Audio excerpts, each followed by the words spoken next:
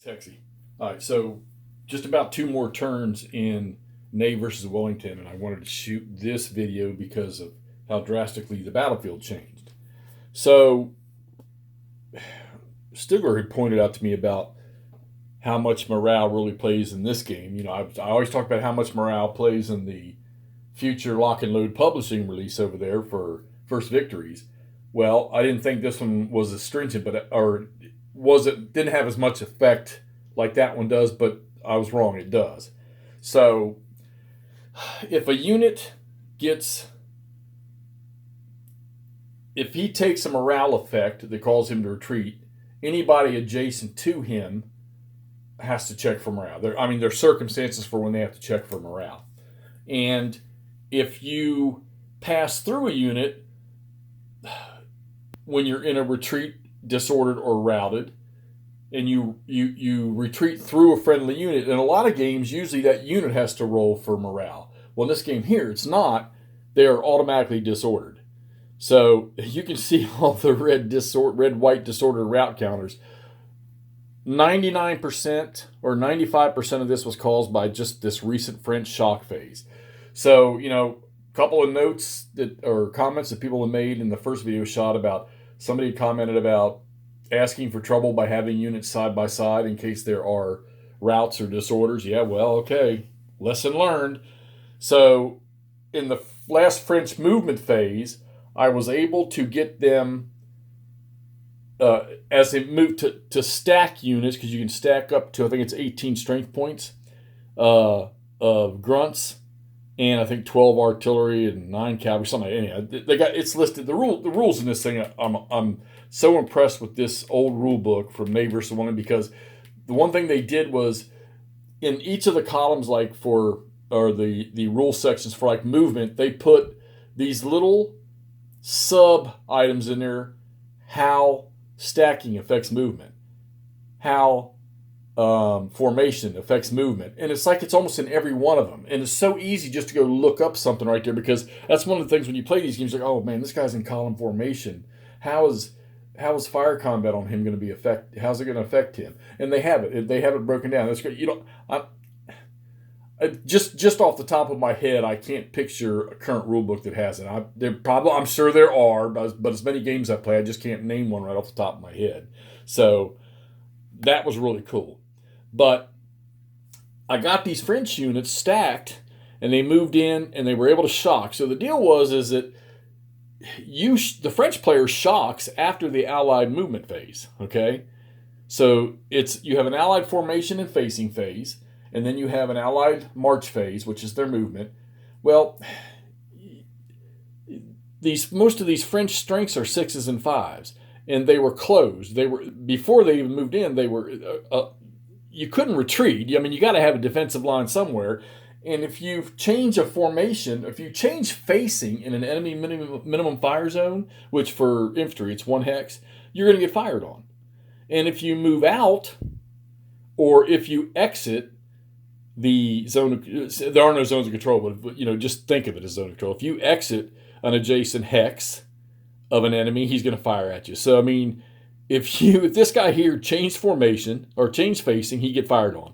Then he would leave. Say he wanted to move across the guys, which is stupid. You're not going to do this, but if the guy went to move across this hex, he'd get fired on again. And then if he changed facing back to him, he would get fired on again.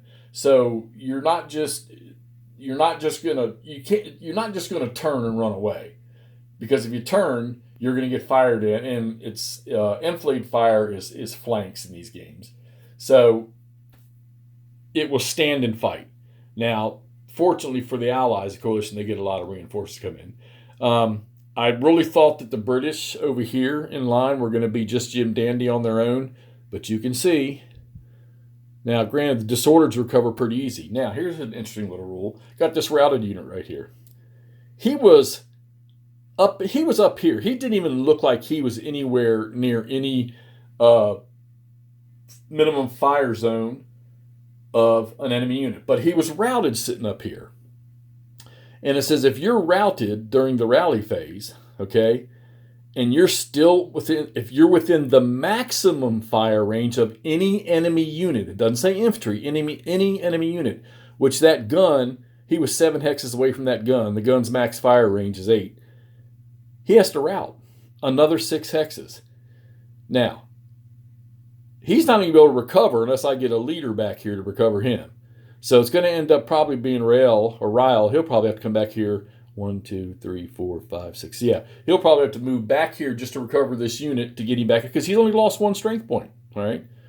All right, so you can see the damage. The French, it was just charge city, shock combat city, all along the front line was here. Okay.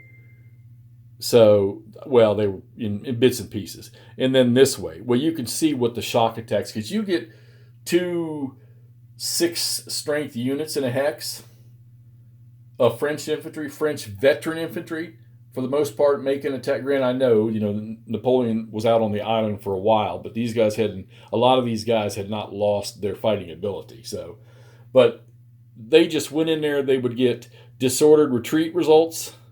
We had one over here where they got a rout result. And if you take a rout result of capital R, you lose 2 strength points and rout and run away.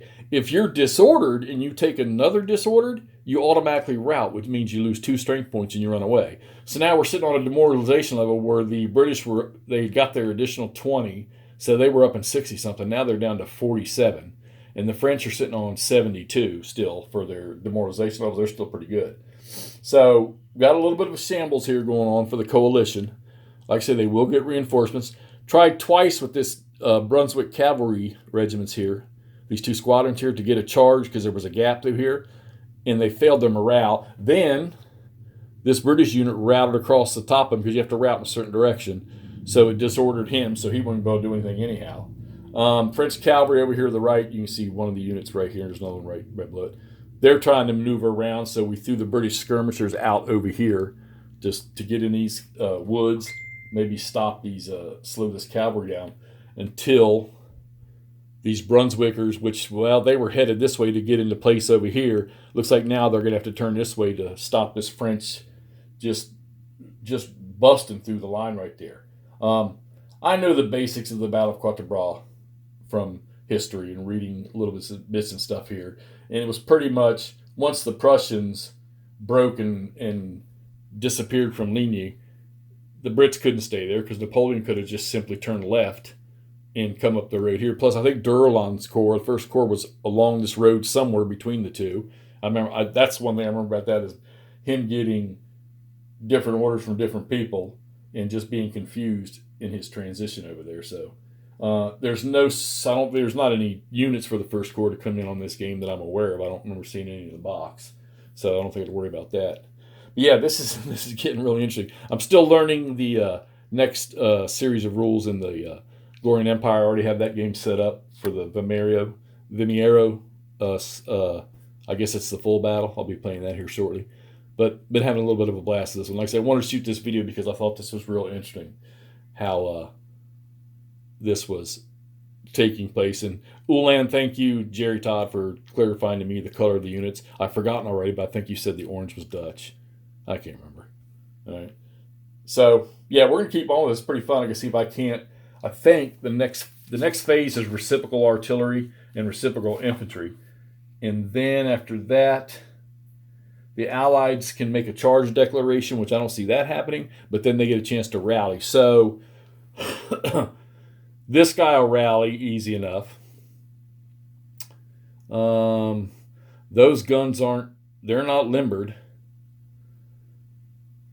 I mean, they're limbered, so he's got a leader with him, I think. Yeah, so he'll be able to rally. He'll go to disordered. He'll be able to recover. These 2 guys know.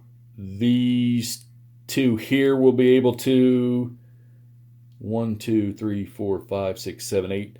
He's got a leader next to him. But I think because he's within the maximum range of this unit, like I said, it says any enemy unit. Well, artillery has a maximum range of 8. So if there's an errata out there, I'm going to look for any because I like these rules are pretty good. Let me know if it applies to artillery being in maximum range too. He'll be okay. He'll be okay. He'll be okay. He should be okay, but there's got to be a leader back here that's adjacent. So they'll probably have to move somebody to him. which means he's going to end up routing another 6 hexes because they don't get a movement phase. Yeah, they won't get a movement phase later, which means Wellington will probably have to run back there and resurrect that unit. So, well, and he's like I say, he's going to route. He's got to route this way, so he can go this way, I guess. So, but yeah, pretty cool morale system in this game. It has a massive effect. And I gotta imagine, I know there were a lot of bloody engagements during the Napoleonic Wars, but I gotta imagine morale being one of the biggest hindrances to successful operations. So, all right, Ney versus Wellington. I think it's 1979 from SPI. Having a blast playing this thing. So let's carry on. We'll get you some more information on this soon. Talk to you later.